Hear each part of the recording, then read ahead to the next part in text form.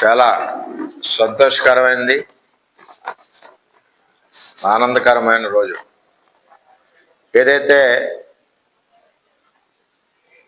Skill development case ఉందో, ప్రస్తుత ముఖ్యమంత్రి అప్పటి మాజీ మంత్రి హోదాలో నంద్యాలలో అర్ధరాత్రిగా అరెస్ట్ చేసి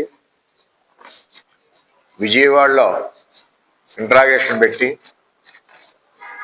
రాజమండ్రి సెంట్రల్ జైలుకి జగన్మోహన్ రెడ్డి గారు చంద్రబాబు నాయుడు గారిని పంపించారు. అంటే ఈ కేసులో సంబంధం లేని కేసులో, ఎక్కడా కూడా చంద్రబాబు నాయుడు గారి ఇన్వాల్వ్మెంట్ లేని కేసులో ఇరికించి క్రియేట్ చేసి ఒక స్టోరీ, దాన్ని కోర్టు దృష్టిలో పెట్టి జైలుకి పంపి 53 రోజులు జైల్లో పెట్టడం జరిగింది. ఆ సమయంలో యావత్ ప్రపంచం, వందల దేశాల్లో ఏదైతే చంద్రబాబు నాయుడు గారు పిల్లల్ని తయారు చేసి పంపారో, ఇంజనీరింగ్లు చేసి ఉద్యోగాలు చేస్తున్నారో, అలాగే తెలంగాణలో, మన ఆంధ్రప్రదేశ్లో అయితే 53 రోజులు కూడా రాష్ట్ర వ్యాప్తంగా ప్రజలందరూ కూడా రిలే నిరాహార దీక్షలు, ధర్నాలు ఇవన్నీ చేయడం జరిగింది. అంటే ఒక మంచి నాయకుడు, సుదీర్ఘ అనుభవం ఉన్న నాయకుడు, 40 సంవత్సరాల అనుభవం ఉన్న నాయకుడు, ఉమ్మడి రాష్ట్రం, విడిపోయిన రాష్ట్రంలో ముఖ్యమంత్రి చేసిన నాయకుడిని అర్ధరాత్రిగా ఒక నోటీస్ కూడా ఇవ్వకుండా అరెస్ట్ చేయడం దుర్మార్గం అని చెప్పి ప్రపంచం అంతా కూడా, ప్రపంచ స్థాయిలో నాయకత్వంలో అందరూ కూడా ఆశ్చర్యపోవడం, నిరసన తెలియజేయడం కూడా జరిగింది.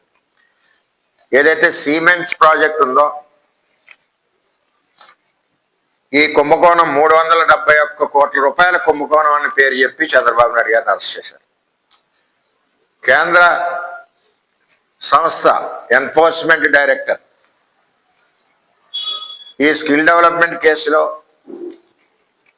ప్రత్యక్షంగా కానీ పరోక్షంగా కానీ చంద్రబాబు నాయుడు గారికి ఇన్వాల్వ్మెంట్ లేదని చెప్పి క్లారిటీగా చెప్పడం జరిగింది. అదేవిధంగా ఏసీబీ కోర్టులో కూడా మరి కేసు కొట్టేయడం జరిగింది. ఇటువంటి పరిస్థితుల్లో ఎందుకు మనం మాట్లాడుకోవాల్సిన పరిస్థితి వస్తుందంటే, ఏదైతే జగన్మోహన్ రెడ్డి పరిపాలన ఉందో, ఆ పరిపాలనలో చేసిన అరెస్టులన్నీ కూడా దుర్మార్గం, క్రియేట్ చేసిన కేసులన్నీ కూడా కల్పితం అని కూడా చెప్పడం జరుగుతుంది. చంద్రబాబు నాయుడు గారు ఇప్పుడు వరకు ఆయన రాజకీయ చరిత్రలో మచ్చ లేకుండా పరిపాలించడం జరిగింది, ఎక్కడ అవినీతి మరక లేకుండా. మరి ఈరోజు ఎన్ఫోర్స్మెంట్ డైరెక్టర్ క్లారిటీగా ఇవ్వడం జరిగింది, ఈ కేసుకి చంద్రబాబు నాయుడు గారికి ప్రత్యక్షంగా కానీ పరోక్షంగా కానీ సంబంధం లేదు అని చెప్పి. చేత ప్రజలందరూ కూడా ముక్కుని వేలేసుకుంటున్నారు.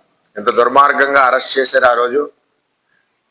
మరి ఈ అరెస్ట్ చేసినందుకే జగన్మోహన్ రెడ్డి గారికి 11 సీట్లు వచ్చినాయి, 11 సీట్లు వచ్చినాయి. అంటే ఒక మచ్చలేని వ్యక్తిని కావాలని ఇరికించి జైలుకి పంపించినందుకే, ఆ రోజే పంపించిన రోజు నుంచే జగన్మోహన్ రెడ్డి కిందికి పోవడం జరిగింది, 11 సీట్లకు పరిమితం అవ్వడం జరిగింది. ఏదేమైనా చంద్రబాబు నాయుడు గారు మీద 5 కోట్ల అందరికీ కూడా ఒక నమ్మకం ఉంది. అయినా హయంలో ఎక్కడ కూడా మచ్చ లేకుండా పరిపాలన ఉంటుందన్న నమ్మకంతో చంద్రబాబు నాయుడు గారిని గెలిపించడం జరిగింది. చంద్రబాబు నాయుడు గారు కూడా అదే పద్ధతిలో ఎక్కడ అవినీతి లేకుండా, అవినీతిని ఎక్కడా కూడా చేసినా కూడా సహించకుండా మరి ఈ రాష్ట్రాన్ని అభివృద్ధి పదంలో ముందుకు తీసుకెళ్తున్నారు. అటువంటి వ్యక్తికి ఈరోజు క్లీన్ చిట్ రావడం గర్వకారణం. మేము పిఠాపురం నియోజకవర్గం నుంచి ప్రజలందరం, కార్యకర్తలందరం కూడా చంద్రబాబు నాయుడు గారికి ధన్యవాదాలు తెలియజేస్తున్నామని చెప్పి తెలియజేస్తాం.